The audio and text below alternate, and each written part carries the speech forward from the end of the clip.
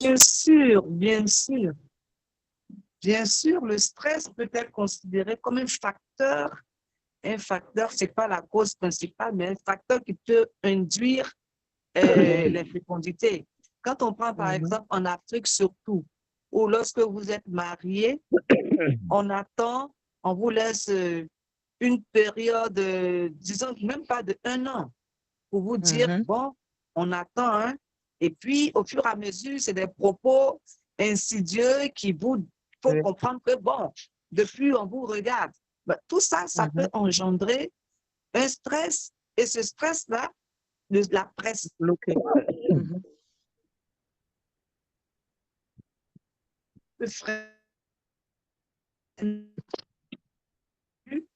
Tout se passe avec les hormones. Et on sait que chez les femmes sont beaucoup émotives et sont beaucoup sujettes, hein, dépendent beaucoup du stress. Vous prenez par exemple une femme qui a une trop forte émotion, elle peut avoir ses menstrues, même quand ce n'est pas la période. Ou même les menstrues peuvent s'arrêter, donc une aménorrhée. Tout ça parce qu'elle a été stressée.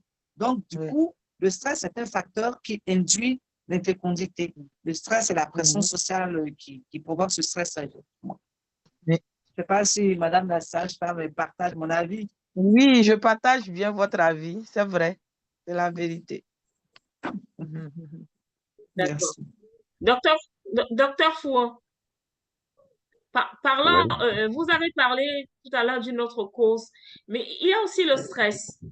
D'après, à en croire les dames, le stress, parce que vous les hommes, apparemment, vous avez l'art d'exceller dans le stress en couple. Vous stressez vos épouses. Et nos femmes également nous stressent également. Et la vie nous stresse. Vous voyez, dans la définition de la santé mentale, il est dit que la santé mentale est un état de bien-être mental, donc qui permet à l'individu de réaliser ses potentiels et de faire face aux difficultés quotidiennes de la vie. Vous voyez, donc les difficultés quotidiennes de la vie. Il faut payer le loyer, il faut payer la nourriture, il faut s'occuper des enfants, il faut. Donc, lorsque le salaire de l'homme ne suffit plus pour faire face à ces difficultés de la vie, vous voyez que la personne est stressée. La personne est stressée. Dès que la fin du mois arrive, il doit payer le loyer, il doit payer ci, il doit payer ça. Donc, ce sont des choses qui peuvent arriver, qui peuvent même faire même que l'homme n'a même pas d'érection vis-à-vis de sa femme. Tout à fait. Vous voyez? Donc, l'hypertension, il va devenir une des causes la résultante de ce stress-là. Et la nuit, le monsieur, il est couché, il est en train de réfléchir comment faire pour demain. Et la femme qui lui dit que moi, j'ai envie de toi. Et bon, généralement, nous, qu'est-ce qu'on fait pour les premiers jours? On est fatigué. Nous sommes fatigués. Mais on ne sera pas fatigué tout le temps. Il faut qu'à un moment donné, nous donnions nos positions. Vous voyez? Donc, le stress même fait même qu'il ne peut même pas avoir même de rapport sexuel. Et quand il y en a, vous allez voir souvent des enfants qui ne ressemblent pas au papa parce que le papa pensait à autre chose. Vous voyez? Bon, donc, on voit des enfants qui ressemblent beaucoup à leur maman. Bon, je ne dis pas que c'est dû à ça, mais c'est un peu comme pour rire. Pour dire que le stress également fait partie du quotidien et c'est pour ça que en médecine naturelle, nous avons des plantes médicinales, sinon des médicaments à base de plantes médicinales qui peuvent nous aider à déstresser. C'est-à-dire que les systèmes qui sont au niveau de l'organisme, il y en a 11. Donc, au niveau du système nerveux, on a ces adaptogènes-là qui peuvent nous aider à déstresser. Vous voyez? Et pour faire face au quotidien de la vie. Voilà. D'accord. Alors, il est là, Monsieur Merlin Djoumou. Déjà, est-ce que vous pouvez activer votre micro, Monsieur Djoumou? Il est fermé, votre micro. Si vous m'entendez, activez votre micro, Monsieur Njomo.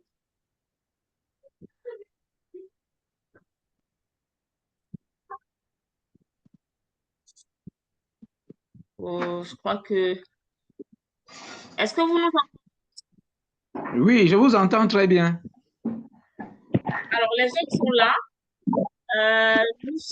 Nous avons un peu d'avance parce que là, nous évoquons déjà bonsoir, hein, et merci d'avoir tenu bon. Ça n'a pas été facile, mais merci d'être là. Merci. Donc, nous sommes en compagnie du docteur Adam Afo, docteur Seki et bien évidemment Madame Hélène Do. Je pense que là, il y a la parité, 2 femmes, 2 messieurs. Ça fait deux belles paires.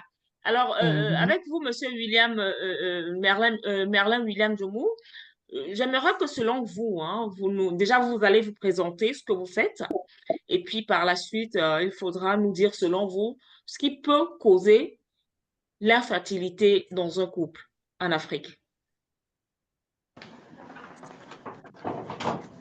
Ok, je suis Merlin Diomo, biologiste phytopharmacien. J'exerce à Yaoundé, au Cameroun, et je fais une spécialité qui n'est pas très connue, qui s'appelle la phytopharmacie, c'est-à-dire la fabrication des médicaments. On ne dit pas médicaments, Ouais. des phytomédicaments, des médicaments à base de plantes, Mm-hmm. pour pallier aux insuffisances de ce qui a déjà existé. Donc, la phytopharmacie, c'est la fabrication des médicaments pour des pathologies spécifiques. Oui. Alors, j'espère qu'avec vous, nous aurons peut-être une solution pour les problèmes d'infertilité dans les couples. Selon vous, qu'est-ce qui peuvent être les causes de cette infertilité? Oui, les causes de l'infertilité dans les couples se situent toujours à 2 niveaux. Premier niveau, c'est chez l'homme. Ouais. Deuxième niveau, ça peut être chez la femme. Nous allons d'abord commencer par la femme. Généralement, les problèmes d'infertilité. Vous dites? Allô? Oui, allez-y, nous vous écoutons, monsieur Oui, Njoumou. les problèmes d'infertilité chez la femme, généralement, sont causés par des troubles ovulaires. Les troubles ovulaires, c'est habituellement les syndromes des ovaires kystiques. On peut avoir une absence d'ovulation. On peut avoir une insuffisance ovarienne prématurée. Bon, lorsque les ovaires cessent de fonctionner avant l'âge de, par exemple, de 40 ans. Bon, régulièrement, on a des troubles hormonaux. C'est-à-dire que les hormones qui gèrent la fertilité peuvent être produites en quantité insuffisante. Bon, on parle surtout de la prolactine, la LH. Bon, on peut avoir des anomalies utérines. Par exemple, vous pouvez avoir une endométriose, on peut avoir des myomes, on peut avoir des fibromes, toutes les masses utérines. Le cas le plus rencontré aussi, habituellement, c'est des obstructions tubulaires. Donc, ce qu'on appelle habituellement les trompes bouchées. Bon, chez l'homme, régulièrement, c'est des anomalies spermatiques. Donc, c'est le sperme qui fait problème. Le sperme peut faire problème en qualité ou en quantité. Et ce problème peut être constitué par certaines pathologies, comme par exemple les varicocèles, la cryptorchidie. N'oublions pas aussi la dysfonction érectile. Parce que si l'appareil génital de l'homme a subi un traumatisme, s'il n'a pas une innervation, si le pénis n'a pas reçu une innervation suffisante, s'il n'est pas suffisamment vascularisé, si on a des problèmes de stress, si on a certaines maladies, comme les maladies des nerfs, le diabète, on peut se retrouver dans un cas d'infertilité. Bon, comme nous sommes en Afrique, on a aussi remarqué que très souvent, toutes les conditions sont réunies pour qu'il y ait la fertilité, mais on n'en arrive pas parce qu'il y a des problèmes. On peut avoir des problèmes mystiques comme des problèmes de sorcellerie, des problèmes d'envoûtement et certains problèmes liés à certains us et coutumes. Bon, j'allais oublier un autre élément qui peut pousser à l'infertilité, le refroidissement des viscères. Vous savez que la température abdominale, intra-abdominale est plus élevée. On va pouvoir faire à 43-45 degrés. Elle est plus élevée que la température du corps. Il arrive des cas où cette température baisse. Quand elle baisse criardement, la fécondation ne peut pas avoir lieu. Donc voilà en gros listé les causes de l'infertilité dans le couple. D'accord, merci, M. Njomu. Docteur Seki, je vous vois rire lorsque les messieurs parlent très souvent des problèmes de sorcellerie. Sorcellerie, Voilà. effectivement. Voilà, vous ne croyez pas trop. Généralement, il y a ce petit conflit qui existe entre ce que nous appelons médecine moderne et la médecine traditionnelle. Parce que selon vous, médecins modernes, vous estimez que voilà, les causes qui ont été citées, peut-être l'hygiène de vie, l'alimentation, le stress, comme tout à l'heure. Donc, pour vous, c'est pas du surnaturel, c'est comment, comme on fait son lit, que l'on se couche. Tout à fait. Bon, en fait, docteur,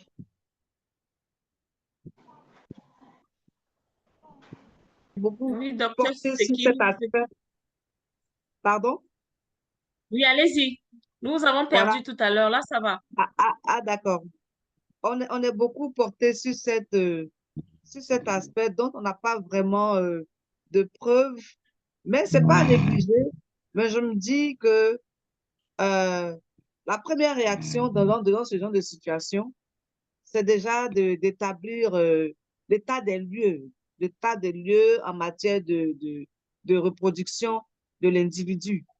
Voilà. Et après cela, on peut éventuellement identifier des causes. Ces causes-là peuvent être réglées soit avec la médecine traditionnelle, soit avec la médecine moderne. Mais quand d'emblée, on présente cette cause en avant, du coup, tout ce processus de diagnostic qu'on doit faire, il est biaisé en fait. Oui, en ce moment, la personne est bloquée dans la tête. Voilà, la personne est bloquée dans la tête. Donc, Mhm. je pense que la première réaction, c'est de pouvoir faire l'état de son état de lieu. Oui. À partir Alors, Madame Do, vous parlez d'un blocus de au part et niveau de d'autre la du peuple, bien sûr. Mhm. Ok, En d'accord. fait, Madame Do, bon, c'est que, oui, c'est que, vous parlez oui, d'un blocus au niveau de la oui, tête. Donc, oui. En fait, c'est que le docteur effectivement, dit, la problématique de l'enfant, du manque d'enfants dans un couple, vous tient tellement à cœur. Pourquoi ne pas évacuer la tête, sachant que ça va vous bloquer? c'est Est-ce ça. que c'est ça le problème, en fait? Bon, en fait, c'est pas ça, tout à fait ça, mais en fait, quand elle n'arrive pas à concevoir, elle l'accuse. Est-ce que vous voyez? Et quand elle l'accuse, c'est déjà, c'est focus, ça est dans sa tête. Tu ne peux pas changer. Toi, le médecin, tu vas beau faire, beau dire, il va te dire, mais toi, tu ne sais pas ce que je vis dans ma famille. Et quand c'est comme ça, c'est Oui, effectivement, c'est compliqué. ça. On rentre dans le facteur environnemental qui a aussi Voilà. un impact. Voilà, un impact. Voilà. Et du coup, on n'avance pas beaucoup. Voilà. Alors, docteur Adama Fo, alors, les femmes généralement accusent les hommes. Et les femmes, très souvent, sont des victimes de l'infertilité. Quand ça ne va pas, c'est la belle-mère, ce sont les belles-sœurs. Ce sont même parfois les collègues qui accusent madame. Alors que parfois, c'est aussi monsieur, le plus souvent même d'ailleurs, qui en est la cause, qui ne parvient pas à aller justement au bout de ses envies ou encore au bout de cette satisfaction-là d'être papa et de faire de son épouse une mère.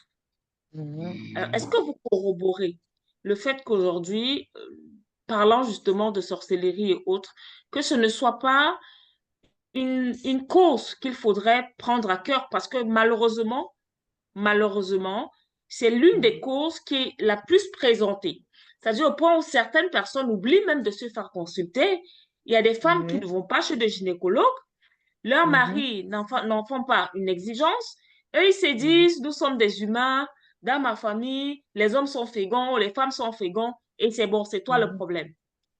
Docteur Adama, Qu'en dites-vous? Oui, euh, oui. Concernant ces cas de sorcellerie ou d'emboutement, vous voyez, on a dit que lorsqu'il y a des cas d'infertilité dans le couple, on accuse automatiquement la femme.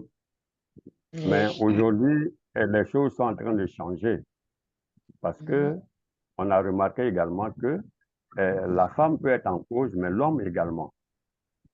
Et dans ce cas, aujourd'hui, nous sommes tous en train d'aller à l'école. C'est vrai que l'instruction dans certaines parties de l'Afrique reste encore désirée, mais on commence à aller à l'école. Donc, nos habitudes que nous avons, nous sommes en train de les laisser et puis suivre effectivement les choses concernant la médecine conventionnelle. Vous Ouais. voyez, en Guinée, par exemple, quand deux personnes doivent se marier, ils vont faire ce qu'on appelle le test prénuptial, Oui. c'est-à-dire un examen prénuptial. Et dans cet examen C'est pas en prénuptial-là, Guinée seulement, on va faire... Oui, même au bon, Burkina. je connais le cas de la Guinée. Donc, Mhm, il y a le test de la fertilité, il y a le mhm, test du VIH-Sida, le test oui, IST, le test de mhm, l'électrophorèse au oui, niveau de l'hémoglobine, et puis le test du mhm, groupe sanguin. oui, Donc, en fait, ces tests-là, surtout on commence par le test de fertilité. Si effectivement, ces deux personnes qui veulent se marier et que leur objectif est d'avoir des enfants, parce que d'autres se marient pour tromper la société, hein. Il y en mhm, a qui se marient pour tromper la société. On ne va jamais avoir des enfants dans ces couples-là, même si c'est un couple hétérosexuel. oui, On ne va pas avoir mhm, d'enfants parce qu'ils vont continuer à faire leurs pratiques déviationnistes là, ou bien ils vont mhm, recueillir leurs semences pour avoir des pouvoirs dans la société. Bon, donc, il y a beaucoup de choses qui existent dans ce genre de cas. Et lorsque on fait cet examen prénuptial là, on a mhm, déjà les futurs époux sont déjà devant leurs responsabilités. Vous voyez? mhm, Bon, admettons que le test de fertilité soit bon, positif. Il n'y a pas un problème au niveau du VIH. Au niveau du VIH, il n'y a pas de problème. Au niveau mhm, des IST, il n'y a pas de problème. Bon, admettons qu'il y a un problème au niveau de l'électrophorèse. mhm, L'électrophorèse, ici, par exemple, de l'hémoglobine, on voit que euh, le couple, c'est-à-dire que le monsieur est SS, la femme est SS. Vous mhm. voyez? Ou bien le monsieur est AS, la femme est AS. Donc, vous voyez, ça veut dire que les enfants qui vont venir peuvent avoir peut-être des traits de drépanocytose ou même avoir la drépanocytose. Vous voyez? Oui. Il est difficile de voir un enfant qui pleure de douleur. Donc, est-ce que on va se marier pour donner des enfants qui vont avoir des douleurs toute la vie? Question. Maintenant, au niveau du groupe sanguin, on fait le test du groupe sanguin pour savoir est-ce que est-ce qu'il peut avoir un problème lors des différentes grossesses. Par exemple, si au niveau du rhésus, parce qu'on fait le groupe sanguin surtout au niveau des rhésus, pour le rhésus, si Mhm, le rhésus, les deux rhésus sont positifs, tant mieux. Si les deux rhésus sont négatifs, tant mieux. Si l'homme a un registre négatif et que la femme a un registre positif, tant mieux. Mais lorsque l'homme a un registre positif et que la femme a un registre négatif, il peut avoir des problèmes. Vous voyez? Donc, D'accord. surtout au niveau, les gynécologues en savent quelque chose. Parce que la première grossesse, ça peut peut-être passer, mais les suivantes, là, il faut faire ce qu'on appelle la fécondité. Mais il faut que ces couples-là soient effectivement préparés à ça. Vous voyez, les D'accord. mentalités sont en train de changer et le docteur Sekil a très bien souligné qu'il faut faire l'état des lieux. Il faut faire l'état des lieux. C'est en faisant l'état des lieux qu'effectivement, on va évacuer tous les problèmes concernant les cas d'infertilité. Et lorsque il n'y aura plus rien, même au niveau des thyroïdes, quelqu'un qui a une thyroïde peut, par exemple, avoir des cas d'infertilité. Et comme ce que Dr Diomo a dit, il peut arriver que au niveau du bas-ventre de l'individu, la température est très basse Donc, dans ce cas-là, effectivement, tout le temps que ça va rester à l'état, il y aura un problème d'infertilité. Donc, lorsque les couples sont mis devant ces cas-là, peut-être ce que nous allons demander à nos États, c'est de peut-être, on ne dira pas de subventionner, mais de rendre ces coûts-là au niveau où la société peut supporter.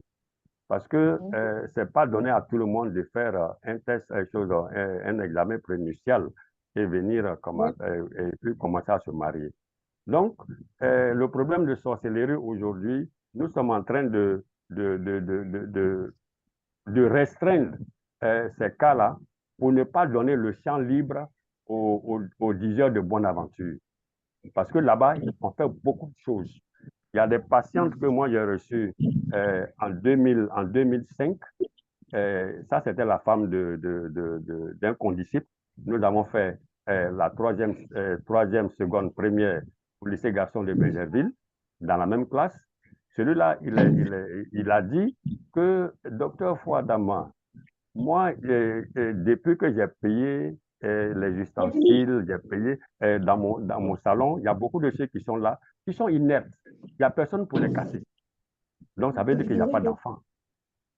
Vous voyez? Donc, celui-là, je lui ai dit que, bon, dans notre médecine, si il sait déjà que j'étais pas nul à l'école, donc ce que je dis, jusqu'à ce qu'on prouve le contraire, donc ce que je lui dis, je peux faire. Donc, c'est ainsi que lui, je l'ai reçu avec sa femme. Mais qu'est-ce que sa femme a enduré? La dernière fois que la femme allait voir un guérisseur, un charlatan, ce monsieur a dit que lui, son remède, il doit le mettre sur le pénis et pénétrer la dame. Abomination. Abomination. Alors que dans le code de déontologie au niveau de la médecine traditionnelle en Côte d'Ivoire, il est interdit d'utiliser le sexe comme moyen de traitement d'une maladie, quelle qu'elle soit. Vous voyez? Donc, nos femmes vivent le calvaire lorsqu'il y a l'infertilité dans le couple. Et elles ont peur aussi d'être adjointes une coépouse. Parce que lorsqu'on va faire 1 an, 2 ans, 3 ans, il n'y a pas d'enfant, on dit que c'est la femme et on s'en va prendre une seconde épouse. Est-ce la solution? Bon, on verra. D'accord. Alors, avec vous, hein, Monsieur Merlin William Djoumou, encore sur les causes, avant bien évidemment de passer aux solutions, des issues de solutions. Et par la suite, je tiens à rappeler c'est vrai que vous êtes quatre experts, des docteurs, des naturopathes, des phytos, des phytos, comment je vais appeler ça? Docteur Ndjomo, vous avez dit que c'était encore quoi votre profession? Très difficile, peu connue, mais existante. Alors, nous aurons également des questions des autres participants qui nous suivent, qui suivent minutieusement ce déroulé, parlant bien sûr hein, de l'infertilité des couples chez les femmes. Alors, nous allons démarrer avec le chapitre des solutions. Alors, je vais commencer avec vous, docteur Seki. Est-ce que l'on peut venir aujourd'hui à bout de l'infertilité? C'est-à-dire, est-ce que l'on ne peut pas naître comme ça, que le Dieu créateur vous a fait ainsi?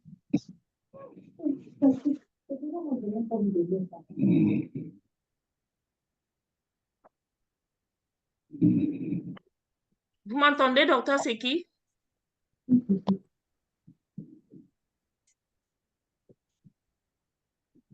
Alors, je pense que nous avons perdu. Oui, allez-y, nous vous écoutons.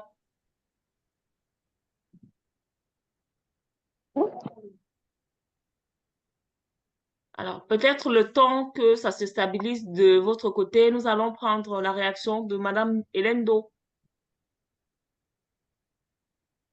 Oui. Oui. Est-ce qu'il y a une solution contre l'infertilité dans un couple? Oui, est-ce que vous m'entendez? Allô? Oui. Oui. Allô, je ne vous entendais pas tout à l'heure. C'est bon? Allô? Ok, c'est docteur Seki, c'est ça? Oui, c'est docteur Seki. Oui, je demandais, n'est-ce pas? Ah, d'accord, ok.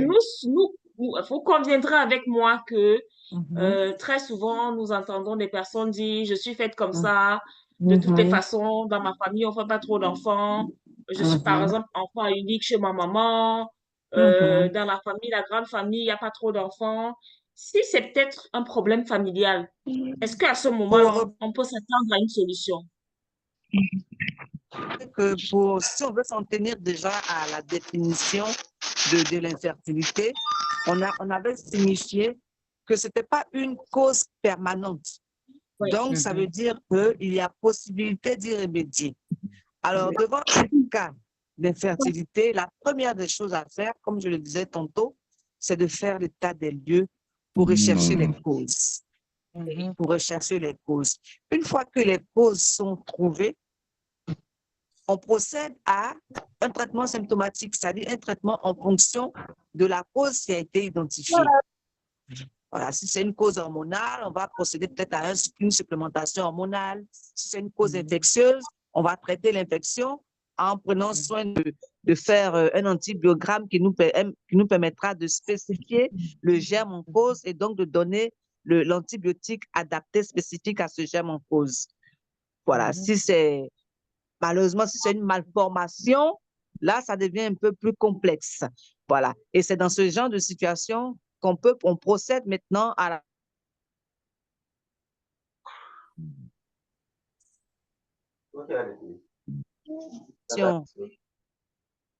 c'est-à-dire de prendre le spermatozoïde et de l'introduire dans l'utérus de madame. Vous avez la fécondation in vitro où on va procéder à la fécondation en dehors des voies génitales et ensuite retour dans les voies génitales.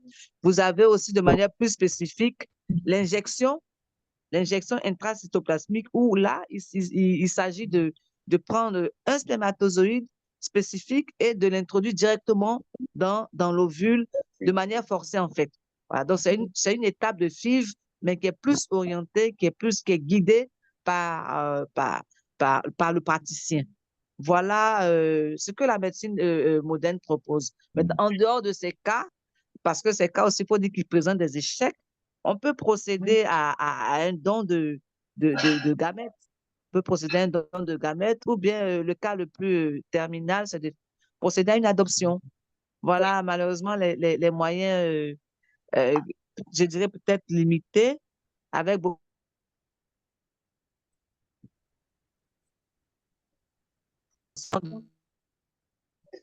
de situations. D'accord. Alors, docteur Adam Afo, parlons de solutions aujourd'hui au niveau de la médecine traditionnelle ou naturelle. Ce serait quoi l'apport pour résoudre ce type de problème? Parce que là, docteur Seki nous a quand même cité pas mal de solutions, même si elles sont coûteuses, mais ce sont quand même des solutions. À votre niveau, vous en tant que tradi, c'est quoi les solutions? C'est pas pour donner le nom des médicaments, mais est-ce que vous pensez qu'il y a une solution en passant par les médecines naturelles? Oui, il y a des solutions. Comme docteur Seki l'a dit tout à l'heure, euh, en Côte d'Ivoire particulièrement, la médecine traditionnelle, mais la médecine naturelle, on ne nous autorise pas à faire des examens. Et très souvent, les patients viennent vers nous avec des examens déjà faits. Donc, on nous apporte les résultats. Si effectivement, on a remarqué que la cause de leur infertilité est due à des pathologies, notamment des maladies infectieuses ou bien des maladies sexuellement transmissibles, comme la chlamydiose, comme la gonococcie. Donc, on traite ces cas. C'est-à-dire qu'on va traiter le cas de la maladie. Comme on a vu qu'au moins 75 à 80% des causes d'infertilité sont des causes bactériennes. Donc, on va soigner effectivement ces patients vis-à-vis de ça. Et lorsqu'il s'agit également d'une insuffisance au niveau des ovules, une insuffisance au niveau des ovules qu'on a vu que c'est comme on appelle un syndrome ovarien et que les ovules n'arrivent pas à maturation. Nous avons également des remèdes pour augmenter la quantité ou bien rendre, comme on appelle, ces ovules la plus régulière dans le mois. Et quand il s'agit au niveau d'un problème spermique, et que ce soit des maladies dues à l'azospermie ou à la tétraspermie ou bien tout ce qui est oligospermie, là également, nous avons des remèdes pour remédier à ça. Et comme je l'ai dit tout à l'heure, concernant les problèmes d'infertilité idiopathique, là-bas, la porte est ouverte. Et comme présentement en Côte d'Ivoire, nous n'avons pas le nombre exact des praticiens de la médecine traditionnelle, nous sommes en train de créer ce qu'on appelle le Conseil national des praticiens de la médecine traditionnelle et avoir un registre pour les nationaux et un registre pour les étrangers qui exercent la médecine traditionnelle en Côte d'Ivoire. De sorte que nous allons nous baser sur effectivement ce modèle-là pour approcher la population, pour ne pas que les gens partent n'importe où. Vous voyez? Et même au niveau, à notre sein, concernant ces problèmes d'infertilité idiopathique, il y a des gens qui ont peut-être la chance de résoudre ces cas d'infertilité-là. Mais nous restons sceptiques parce que moi, je n'aime pas toujours aller à l'aventure lorsque je ne maîtrise pas quelque chose. C'est pour ça que nous voulons enlever à nos seins des gens qui vont utiliser des pratiques autres que les pratiques naturelles pour soigner ces infertilités. D'accord, merci. Alors, docteur Seki, est-ce que vous êtes là? Oui, je suis là. Oui, nous avons été perturbés tout à l'heure par la qualité de la Moi, j'ai une question par Est-ce que très souvent, il y a aussi des dames qui reconnaissent avoir effectué des avortements, soit des interruptions volontaires, d'autres parfois, c'est après avoir ingurgité, peut-être par ignorance, certains médicaments, certains produits qui ont donc endommagé peut-être l'appareil génital. Est-ce que dans ce cas-là, et qu'elles ne parviennent pas à faire d'enfants demain, parce que ce sont des insultes qui pilulent souvent, tu as passé ta jeunesse à faire des avortements aujourd'hui. Est-ce que ces dames-là peuvent avoir l'espoir via les différentes solutions que vous avez suscitées tout à l'heure? Ou alors il y a une autre solution autre que celle-là?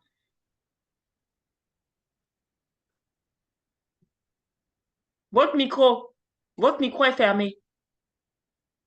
Ah, désolé. Allô? C'est bon maintenant. Voilà, je disais que je n'ai pas compris la question. J'ai juste entendu parler d'avortement, des séquelles Oui. d'avortement qui pourraient, oui. Mais Est-ce la que question. les dames qui ont passé, parce qu'il y en a, donc la cause, elles estiment que la cause serait parce qu'elles ont commis des avortements par le passé.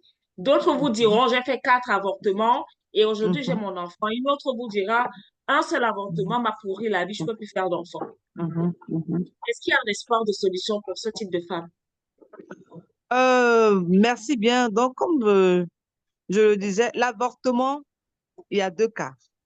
Lorsque vous avez procédé à un avortement sécurisé, généralement, c'est une procédure qui est maîtrisée, qui est faite par des professionnels qui s'y connaissent avec tout ce qu'il faut, le plateau technique et tout ça. Oui.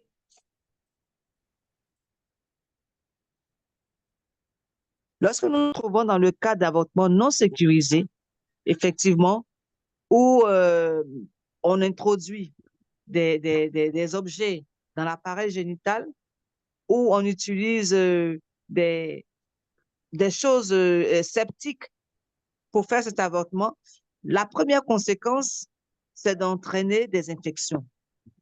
Et lorsque justement cette infection-là a perdu, parce que, comme on l'a dit, en Afrique, rares sont les personnes qui vont de manière spontanée se faire consulter chez un gynécologue pour dire, bon, je viens juste pour faire un bilan de santé, pour checker, pour voir un peu comment est-ce que je me porte. Alors, ces genres d'infertilité se découvrent très souvent de mon expérience, puisque avant même d'être médecin, j'ai travaillé dans un dispensaire antivénérien, voilà, Oui. et j'ai même ma thèse même qui a porté sur les infections, les vaginoses bactériennes chez les femmes. Donc, là, on a pu constater que les gens découvrent leur infertilité lorsque justement ils ont un désir de maternité ou de paternité. Oui.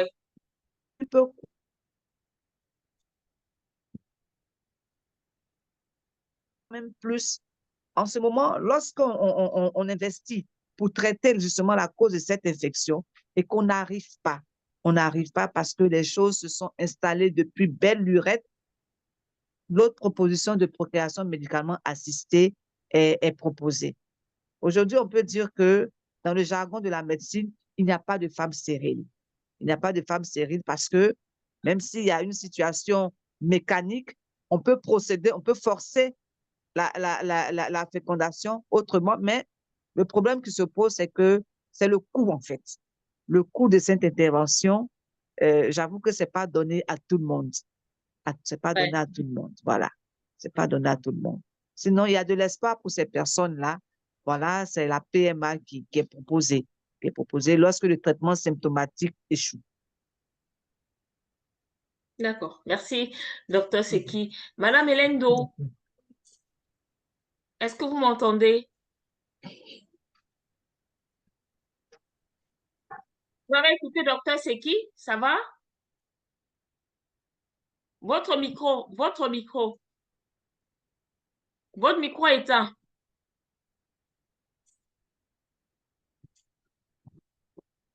Activez votre micro, Madame Hélène Do. Il est éteint.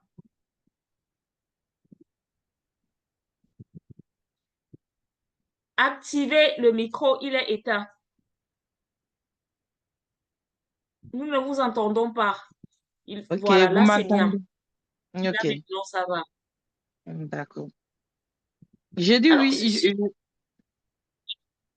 oui, allez-y. oui, vous dites? Je parlais Si j'ai justement de compris. cet appartement hier. Là, je veux toujours revenir. Ce pas des secrets que vous livrez ici, mais euh, très souvent, dans des salles d'accouchement, j'ai jamais participé à cela. Mais de ce que j'entends, parfois, il faut se lâcher. Il faut dire, voilà, j'ai eu à faire ci. Je ne veux pas mourir sur la table. L'accouchement, j'ai tellement cherché l'enfant. Parlons justement, est-ce que vous avez eu des cas ou des cas qui ont avoué avoir commis des avortements par le passé et qui aujourd'hui se retrouvent dans un hôpital pour donner naissance? Oui, il y en a. Il y en a qui ont la chance, en tout cas, d'enfanter après les avortements. Il y en a. Et c'est ce que le docteur a dit. Et Est-ce présentement, oui, oui, vous que nous dites? devrons parler dans le cas de Allô? l'infertilité? C'est une histoire de chance. Vous m'entendez? Non, vous Donc, je dites? crois que nous allons revenir à vous tout à l'heure et peut-être poser la même question à Dr Adama. Est-ce que vous nous entendez, Dr Adama? Oui, je vous entends bien. D'accord. Alors, la question que je posais était de savoir, est-ce que il faut penser coup de chance lorsque nous parlons de solutions, lorsque nous évoquons justement le chapitre solutions? L'apport justement de la médecine traditionnelle, est-ce que la chance y est pour quelque chose? Hmm. Bon, la chance, je ne pense pas. Parce que normalement, comme on dit, lorsque la femme ou l'homme se marie, c'est pour avoir des enfants.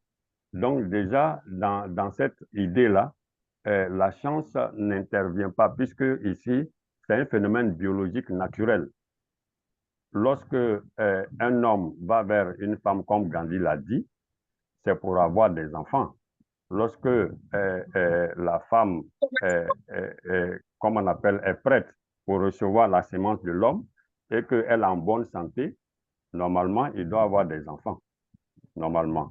Parce que la femme, c'est comme on appelle les ovocytes, se passe de façon spontanée, mais pour d'autres espèces d'animaux, ce sont des choses qui sont provoquées. Donc, dans ce cas-là, ces femmes qui ont fait des avortements dans le passé et qui réussissent à avoir des enfants, bon, on peut dire que c'est de la chance pour elles puisqu'elles pouvaient être victimes d'infections et de par là être infertiles. Mais elles ont échappé, mais ce n'est pas encouragé. Ce n'est pas encouragé.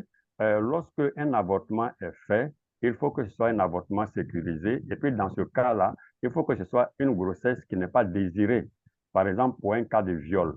Un cas de viol, si effectivement il est constaté que la dame a été violée et que cette dame-là ne veut pas garder son enfant, voici le docteur Seki qui est bien placé pour nous dire qu'effectivement, de commun accord, on peut faire un IVG.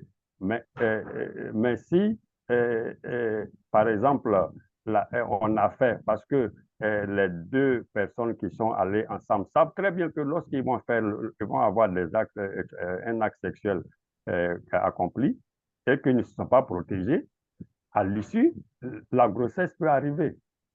La grossesse peut arriver, mais dans ce cas-là, lorsque la grossesse arrive, comme par exemple le maître et l'élève, le maître qui est l'homme et l'élève qui est la femme, le maître abuse de l'élève et qu'il y a une grossesse, et qu'en cachette, on s'en va pour faire, comme on appelle, un avortement dans une clinique clandestine, et même les cliniques clandestines, la Côte d'Ivoire est en train de lutter contre.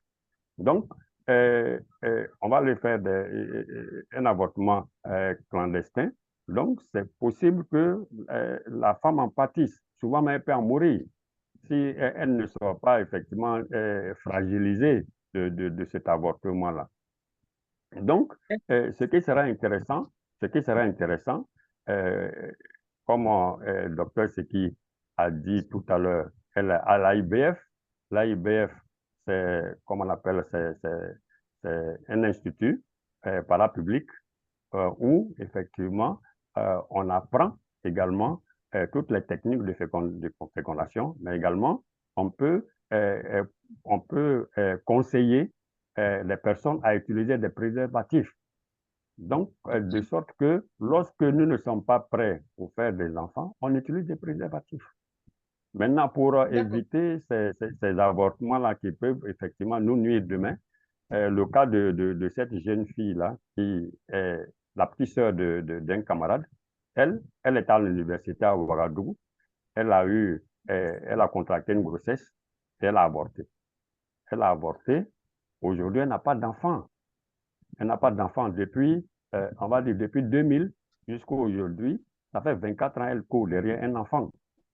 Souvent, elle se dit, mais si je n'avais pas avorté de cet enfant-là, peut-être qu'il y aura avoir mon enfant avec moi. Mais comme on ne connaît pas demain mieux que Dieu, donc elle a fait un choix et elle subit effectivement les conséquences de son choix. C'est pour ça que il y en a qui sont contre les avortements, quels qu'ils soient. Même si c'est des cas de viol, il y en a qui sont contre les avortements. Et peut-être ces personnes ont leur raison. Mais moi, je ne donne pas d'avis parce que au niveau de la santé, il faut respecter aussi la dignité humaine. D'accord. Alors, avec vous, docteur Seki, il y a une expression que je vois beaucoup dans le cadre parfois de mes lectures. On parle d'infertilité idiopathique. Ça renvoie à quoi? Est-ce une infertilité normale ou c'est un type d'infertilité? Merci. Je pense que le docteur Faux avait déjà évoqué la question. En fait, l'infertilité idiopathique, c'est de manière profane, l'infertilité sans cause. C'est-à-dire on a fait l'évaluation, on a checké, on a retourné.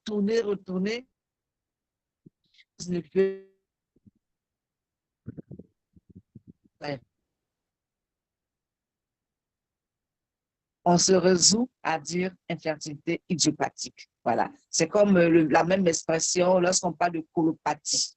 Colopathie, ça veut dire quoi? Ça veut dire pathologie du côlon, mais quelle pathologie? Aucun nom n'est marqué là-dessus. Voilà, là, c'est pour dire que, bon, on a checké et puis voilà, ça fait chou blanc, mais on sait qu'il y a un problème. Alors, qu'on ne peut pas identifier malgré tout ce qu'on a mis en œuvre. Voilà un peu ce à quoi renvoie l'expression idiopathique. D'accord. Madame Elendo, alors lorsque l'on a en face de soi un cas d'infertilité idiopathique, cela signifierait peut-être qu'il faut automatiquement avoir recours à la médecine traditionnelle, la médecine des ancêtres ou encore la médecine naturelle, cette médecine-là qui viendrait des ressources africaines même. Oui, oui, merci. Bon, nous sommes en Afrique, donc je pense que on peut donner la chance à cette personne s'il peut passer par la médecine traditionnelle et puis avoir gain de cause. Bon, ça sera bien pour cette personne.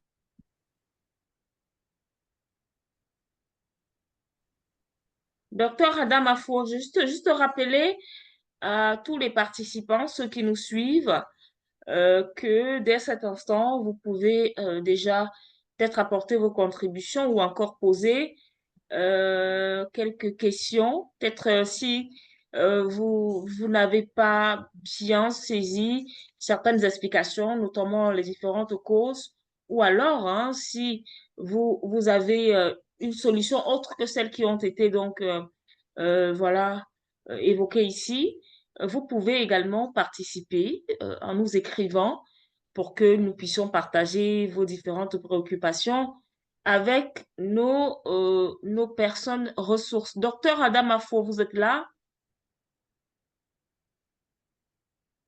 Je crois que nous avons perdu Docteur Adam Afo. Il va certainement nous rejoindre. Il va certainement nous rejoindre dans un petit moment. En attendant, peut-être quelques réactions des participants à ce webinaire. Je tiens à nous rappeler Events, qui est une plateforme de AfroSkills. Nous organisons des événements à l'instar de ce webinaire aujourd'hui. Docteur Adam Afo, est-ce que vous êtes là? Je crois que nous l'avons perdu. Nous l'avons perdu. Alors, docteur Sike, je vais revenir avec vous hein, pour parler justement de l'apport même de la médecine traditionnelle ou encore moderne dans le cadre des infertilités dans les couples. Est-ce qu'il y a une possibilité d'une jonction de la médecine traditionnelle à la médecine moderne? Allô? Attendez. Allô, la question à l'endroit de... À votre endroit, c'est de savoir aujourd'hui, puisque si nous parlons de Oui, l'infertilité idiopathique, ok, est-ce j'ai compris. qu'il peut y avoir un travail justement un travail de groupe avec les médecins traditionnels et les médecins modernes? C'est-à-dire s'entendre, travailler Allô? dessus et mettre sur pied une solution définitive pour ce type d'infertilité. Fertilité. Oui, je pense qu'on peut trouver toujours un lien de jonction parce que comme à l'entame de mon propos, je disais toujours, lorsqu'on a fait le check et qu'on a vu, on a fait le tas de lieux et qu'on s'est rendu compte qu'on est en face d'une limite en fait par rapport à la médecine moderne. La médecine traditionnelle a aussi ses atouts, a aussi ses atouts qu'on peut aussi explorer, qui peut aussi venir en compensation du déficit qu'on aurait observé au niveau de la médecine moderne. Je pense que ces deux médecines-là ne sont pas incompatibles. Au contraire, elles sont complémentaires. Donc, c'est toujours bon de pouvoir utiliser les ressources de l'une ou de l'autre méthode pour pouvoir trouver la solution idoine afin de satisfaire l'individu. Donc, je pense que c'est possible de faire cette jonction. Parce que dans tous Docteur les cas, Adam Afro. oui, Oui, allez-y, docteur Seki, allez-y.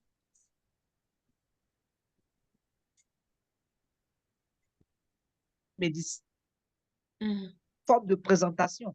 Donc, là-bas aussi, dans ce domaine-là, c'est compartimenté en fonction des cas qu'on a en face de soi. C'est ordonné. Donc, je pense qu'il y a solution aussi à ce niveau. D'accord. Docteur Adam Afro, parlant de solutions, tout à l'heure, je posais la question au docteur Seki. Infertilité inexpliquée ou encore idiopathique, ça veut dire qu'en fait, tous les espoirs sont perdus. À ce niveau-là, quel peut être l'apport de la médecine traditionnelle? Lorsque vous avez fait le tour du monde, vous êtes allé en Inde, il y a des couples qui vont en Inde, en Chine, un peu partout, et qui reviennent vous dire, j'ai marché partout, mais ça ne va pas. Les médecins ne trouvent pas ce qui ne va pas. Je suis allée chez les tradis, j'ai fréquenté tel, mais là, ça ne va pas. Est-ce qu'à votre niveau, docteur Fou, il y a un soupçon de solution pour redonner le sourire à ce genre de couple? Oui, c'est toujours souhaitable de continuer à chercher lorsque nous voulons avoir un enfant. Pour ne pas dire à tout prix, non. Nous voulons avoir un enfant dans la limite de nos possibilités. Donc, la médecine traditionnelle, Oui,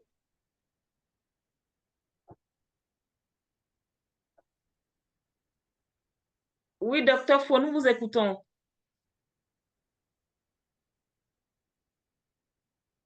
agit d'un problème idiopathique.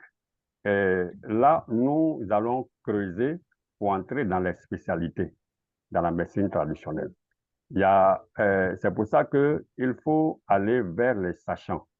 Dans ce cas-là, il ne s'agit pas de voir n'importe qui. Et par exemple, dans le village, on sait par exemple que dans telle famille, ils sont doués pour ci, ils sont doués pour ça. Donc, euh, ici, on revient généralement à la médecine culturelle. Parce que, par exemple, le malinké ou alors le bamileke ou alors le senoufo, n'ayant pas les mêmes cultures, ne vont pas percevoir le problème idiopathique de la même façon. Par exemple, chez nous, on peut dire que vous avez posé votre cas, allez-y demain et vous allez venir, nous allons donner la réponse. Donc, le monsieur ou bien le sachant va dormir et dans, dans, dans, dans son sommeil, on viendra lui parler, lui dire que voici ce qu'il faut faire pour résoudre le problème de ce couple-là. Bon, généralement, nous qui avons vécu au village, nous avons vu que ce sont des choses qui ont marché. Mais comme j'ai dit, il faut faire très attention parce qu'il y a des diseurs de bonne aventure. Ici, c'est une porte ouverte. On voit des gens qui sont dans le désir d'avoir un enfant. Donc, on a trouvé quand même un oiseau à plumer. Donc, il y a des gens qui peuvent le faire. C'est pour ça qu'il faut aller vers des personnes qui savent de quoi il s'agit. Et c'est en cela, effectivement, que nous, au niveau de la médecine traditionnelle, nous voulons essayer de normaliser le travail que nous faisons pour ne pas que ce soit cause perdue, pour ne pas que l'effort que l'État fait pour nous donner, nous a donné déjà une loi, on nous a donné, il y a eu un décret d'application de cette loi-là. Donc, la médecine traditionnelle en Côte d'Ivoire est considérée comme faisant partie du système sanitaire ivoirien. Donc, par conséquent, nous qui sommes les acteurs de cette médecine-là, nous avons le devoir de trouver pour les personnes qui viennent nous voir, leur montrer les personnes qui peuvent les aider. Et surtout que quand il s'agit d'un problème culturel, nous sommes à l'aise parce que quand il s'agit d'un seul nouveau, on dit va au village, va voir telle famille, ou bien quand il s'agit de malinquer, on dit va au village, va faire ceci. Mais le problème qui va se poser lorsque ces personnes viennent et que nous n'avons pas les mêmes cultures. Vous voyez, par exemple, comme on dit de donner le nom de la maman. Chez nous, quand on dit donne le nom de ta maman, parce que chez nous, on dit que l'enfant appartient à la maman. C'est la maman qui sait Oui. qui est le papa de cet enfant-là. Comme dans ce couple-là, le monsieur qui vient voir sa femme, qui lui dit, il y a mon ami qui est stérile et il veut que je parte féconder sa femme. Et la dame qui lui dit, est-ce que tu m'informes ou bien tu demandes mon avis? Il a dit, je t'informe. Donc, tout gaillardement, il allait à l'hôpital avant d'aller avec la femme de son ami. Ils ont fait le test de fertilité et on a remarqué que lui également, il est stérile. Et quand il arrive à la maison, il demande à sa femme, mais à qui appartiennent ces enfants qui sont dans la famille ici? Parce qu'ils ont 4 enfants. Et la femme qui lui dit, c'est pour ça que je t'ai demandé, tu m'informes ou tu demandes mon avis quand tu dis que tu vas aller féconder la femme de ton ami. Vous voyez? Donc, le monsieur, il héberge des enfants qui ne sont pas les siens. Et il a fait une grosse palabre avec la dame. Et la dame dit que puisque tu vis sous mon toit, donc tu ramasses tes bagages, c'est toi qui sors. Vous voyez? Donc, pour dire quoi? Pour dire que lorsqu'il s'agira de ce cas d'idiopathie-là, vraiment, dire que nous avons une solution tout trouvée, c'est pas vrai. C'est pas vrai. Et là, on peut parler de chance. Là, on peut parler de chance, parce qu'on dira, par exemple, il faut te laver avec des plantes pendant 7 jours, ou bien il faut faire un don de cabri, un don de mouton, un don de ci. Et si on fait et que ça tombe sur, peut-être que le problème qui était posé se résout, on va dire, tant mieux, on a gagné. Et on pense que c'est le monsieur qui a fait, peut-être que c'était une sentence divine qui était sur le couple, parce qu'ils devaient faire ci, ils n'ont pas fait ça. Ou bien, vous voyez, c'est l'aventure. Dès l'instant que c'est l'aventure, je crois qu'il faut être modéré et s'asseoir et regarder à froid qu'est-ce qu'on peut faire. Parce que c'est compliqué.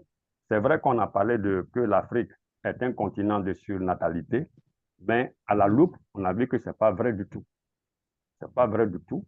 Et en plus du fait que nous avons un problème d'infertilité ici, mais nous avons également un problème de dépeuplement. Parce que pendant la colonisation, on a pris nos frères, nos parents de force, mais aujourd'hui, on est en train de prendre nos frères, nos enfants avec la manière, en parlant d'immigration choisie. Même l'Europe est en train de se dépeupler. Donc, on est en train de chercher parmi nous ici, ceux qui sont intelligents, dans le domaine comme Madame Foot, dans le domaine du journalisme, on m'a dit que comme elle excelle, bon, on peut la pâter avec de l'argent. Donc, il y a beaucoup de personnes qui sont en train de partir vers l'Europe, qui sont en train de quitter. Déjà, on a un problème d'enfantement dans nos couples. Et si encore, on doit perdre encore des individus, je crois que demain, le problème qui va se poser, on sera obligé d'aller chercher des hommes ailleurs pour venir peupler notre Afrique. Alors que l'Afrique est ce qu'on appelle l'avenir de l'humanité. À partir du moment où l'Afrique est l'avenir de l'humanité, donc ce que nous, professionnels de la santé, pouvons faire pour aider nos concitoyens dans le domaine de l'infertilité, s'il s'agit par exemple des causes de maladies, comme les problèmes de chlamydiose ou les problèmes de gonococcie, on le résout sans problème. Mais quand il s'agira de ce cas précis d'idiopathie-là, bon, vraiment, à ce niveau-là, le problème, il est solide, il est bloqué, et ça fait que nous devons le voir avec, je crois qu'avec plus d'objectivité. Ici, il ne faut pas aller avec la sentimentalité, il ne faut pas aller dans le sens de vouloir à tout prix prendre de l'argent avec des gens tout en sachant que nous ne pouvons pas résoudre leurs problèmes, parce que ici, c'est là qu'on va faire appel à Dieu. Lorsque l'humain se trouve dans un cas d'impossibilité, nous allons invoquer Dieu. Et c'est là qu'il y a les religieux qui vont entrer. On m'a dit que d'aller faire des séances de prière ou alors aller dans la mosquée et donner de l'argent à l'imam ou bien au miézin, parce que si on va avoir un enfant, c'est le miézin qui réveille tout le monde à 4 heures du matin ou bien à 5 heures du matin, aller lui donner pour lui 10 000 francs, ça fera que l'enfant qui va venir, bon, sera... Vous voyez? que ça devient D'accord. vraiment quelque chose aventureuse et ça devient difficile. Moi-même qui suis dans la médecine traditionnelle, je vous avoue que ce cas d'idiopathie-là, c'est un cas qui est épineux. Il est là. Voilà. Donc, il faut le faire D'accord. avec emphase. Alors, Hélène, Madame Hélène Do, l'idiopathie, vous en avez entendu parler quand même? L'infertilité Euh, idiopathique inexpliquée. oui, j'en ai entendu parler. Mhm. Et bon, j'étais en train d'écouter docteur Poyo attentivement. On ne finit pas d'apprendre. D'accord. Et bon, comme lui dit, et comme il dit que la médecine traditionnelle peut remédier à certaines choses, je crois. Et docteur Siki aussi a parlé beaucoup. Mhm. Voilà. Donc, je pense que c'est bon. D'accord. Mm. Alors, avec vous, docteur Seki, c'est vrai que là, nous avons écouté le docteur Fouet. Pour lui, c'est clair. Quand, Mhm. c'est-à-dire, j'ai envie d'employer peut-être une expression qui pourra peut-être choquer.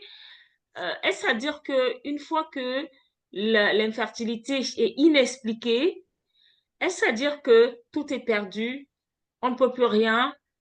Il faut donc, qu'est-ce qu'il faut faire? Il faut s'apitoyer sur son sort? Qu'est-ce qu'il faut faire? Votre micro, docteur, c'est qui? Alors, Là, c'est bien. merci de me rappeler à chaque fois. Alors, je pense que il ne faut pas s'apitoyer sur son sort parce que lorsqu'on ne trouve pas de cause chez l'individu, il y a cette partie-là que la médecine offre, le don d'ovocytologie, je veux dire, aller chercher les gamètes chez quelqu'un d'autre et puis se les approprier, ça peut aussi aider l'individu à avoir cet enfant-là. Aussi, faire aussi la méthode de porteuse, ça aussi c'est une possibilité.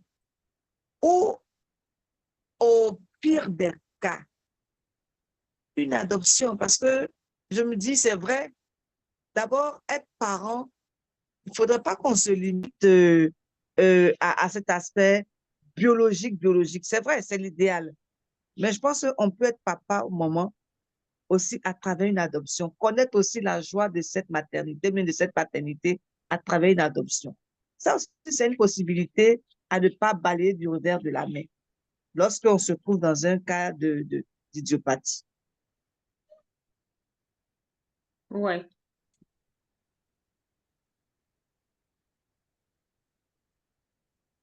Il n'y a pas de désespoir à avoir. Je pense qu'il faudrait peut-être reconsidérer la vie d'une certaine autre façon et puis, voilà, travailler son mental pour qu'on puisse voir la vie d'une certaine autre façon. Voilà. Sinon, s'apitoyer sur son sort, ce n'est pas la solution. Et je ne pense pas que ce soit, le seul chemin qui puisse nous faire avoir une vie épanouie. D'accord. Moi, j'ai une question. J'ai une question pour... c'est une question un peu plus pratique que technique. Ma question, c'est la perception de la médecine traditionnelle en Côte d'Ivoire et au Burkina. Comment les gens l'acceptent? Est-ce qu'elle est bien perçue et comment les pouvoirs publics la considèrent en relation avec la médecine conventionnelle? Bien, la question m'est posée. Oui. Elle est à qui veut la prendre, Bien, hein? Docteur Adama, vous, par d'accord. exemple, vous êtes en Bah, Côte d'Ivoire. OK. Oui. En Côte d'Ivoire, la médecine traditionnelle, comme je l'ai dit, depuis 2015, il y a une loi qui autorise la pratique de cette médecine-là en Côte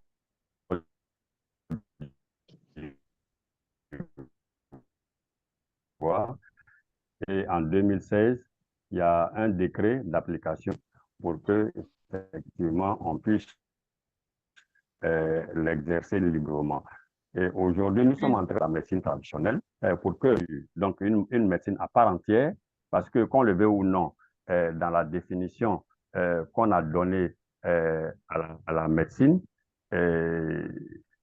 beaucoup de choses ont été dites. Beaucoup de choses ont été dites sur cette définition.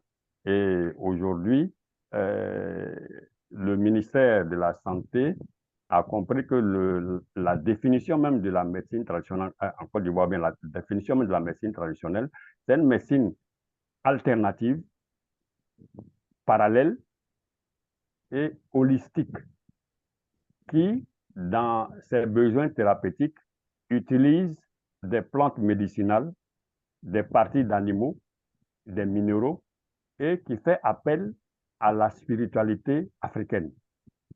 Donc, de ce pas-là, dans le glossaire que nous avons eu à faire quand on va créer le Conseil national des praticiens de la médecine traditionnelle, il y a un répertoire dans lequel on a identifié les différentes spécialités, notamment la naturothérapie, la phytothérapie, la bramatothérapie, qui est la nutrition. On a également les rebouteurs, ceux qui s'occupent des os. On a les circonciseurs traditionnels. Et dans ce cas précis de ces circonciseurs traditionnels-là, on a demandé à ceux qui pratiquent qui font cette pratique-là, de demander aux parents de l'enfant qu'on doit circonscrire de faire le test de l'hémophilie. Parce que il peut arriver que lorsqu'on ne fait pas ce test, qu'on circoncis l'enfant peut saigner. Donc, c'est tout ça là que nous sommes en train de voir, mais nous sommes acceptés. Nous sommes acceptés en tant qu'entité de médecine, mais au niveau des praticiens de la médecine conventionnelle, ils traînent encore le pas parce que parmi nous, il y a beaucoup de personnes qui ont eu cette médecine-là ou bien ont eu ces dons-là, ces pratiques-là par leurs parents, ou bien par des legs, ou bien par des visions, ou bien par le songe. Donc, comme on n'a pas encore tout le contour de cette médecine traditionnelle, donc ceux de la médecine conventionnelle sont un peu réticents.